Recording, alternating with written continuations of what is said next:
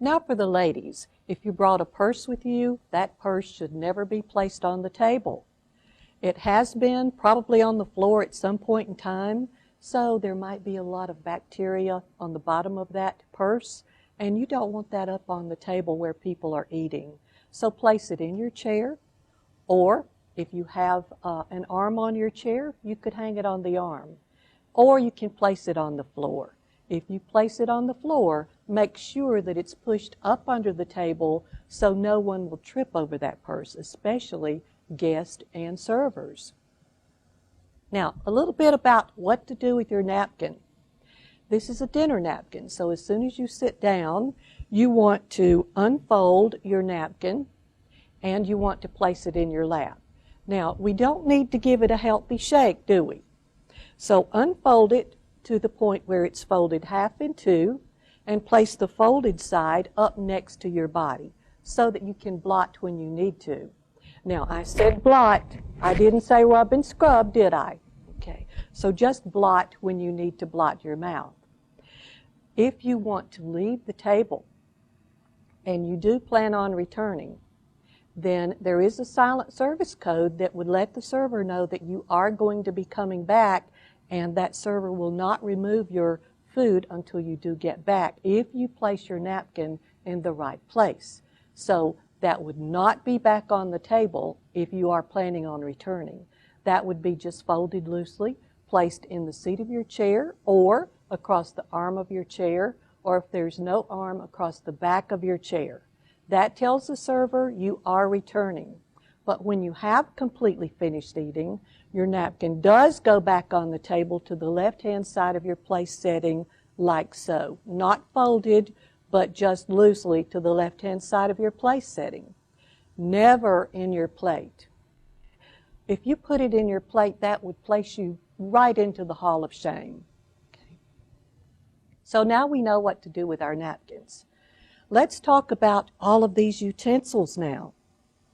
A good rule of thumb is to work from the outside in when deciding on what utensil to use. So in this case, we have a cocktail fork, and that means that we have a little appetizer that we're going to enjoy. And it might be in a container, something like this, a little bit of crushed ice underneath, maybe a crab meat cocktail. You would enjoy that appetizer, and when you finish that, you would not leave that utensil in the container. You would put it on the underplate when you had finished. Your next course then, again, we're working our way from the outside in, would be your soup course. Now, how do we eat soup properly? Okay. We don't shovel it toward us. We spoon it away from us. Spoon it away from you, bring the spoon to your mouth, and sip from the side. In fine dining, your soup would probably be a consommé or a cream soup, and so that would make it easier. If it's a chunky vegetable soup, you wouldn't have any choice but to put most of that spoon in your mouth, but for a consommé or cream soup, spoon away, sip from the side of the spoon. When you have finished with your soup, don't leave that soup spoon in the soup bowl or soup cup. Place it on the underplate toward the back, and that would tell the server that you have finished. Now, in fine dining, we have several courses, so we might have a fish course that would be next. But also in fine dining, the portions are fairly small. So let's just say that we've been served a small piece of fish. We're going to enjoy that with our fish knife and our fish fork. Now I'm going to show you how to properly hold your utensils in just a second, and I'm going to show you a couple of different methods. All right, now we have our salad, and it's okay to cut lettuce in spite of what you've heard. It's okay. You know, I've had some pieces of lettuce that were so large I couldn't possibly get those in my mouth without cutting them. So that's why we're given a salad knife. All right, let's move on to our entree. Let's just pretend that we have a nice piece of filet here. Getting hungry? So we have our entree knife and we have our entree fork. This is where I'm going to show you a couple of ways to use your utensils. I'm going to talk about the continental style, and I'm going to talk about the American style. I'm even going to throw in a little bit about an Asian style. Let's start off with continental, holding the knife in the right hand, the fork in the left hand. The tines of the fork are down. You have your forefinger on top for leverage, the same with your knife. You cut off one piece at a time, and with continental, you do not put your knife down. You continue to hold it in your right hand, and you convey the food to your mouth with your fork with the tines down. Now, I often have the question asked, oh, what if I have English peas? How could I possibly eat English peas with the tines of the fork turned down? Well, what do we usually have with English peas? Mashed potatoes. There's your glue. Okay, so you just press a few mashed potatoes onto the back of your fork. Then you can scoop some English peas into those mashed potatoes, and it sticks together like glue. Then you convey and you can eat it very easily. With the continental style, if you want to rest, you want to take a drink of your beverage or talk to the other people at the table. The resting position, and this is part of a silent service code for servers, the resting position for continental would be the fork crossed over the knife with the cutting edge of the knife toward the center of the plate. This says, I am not finished yet, please don't take my plate.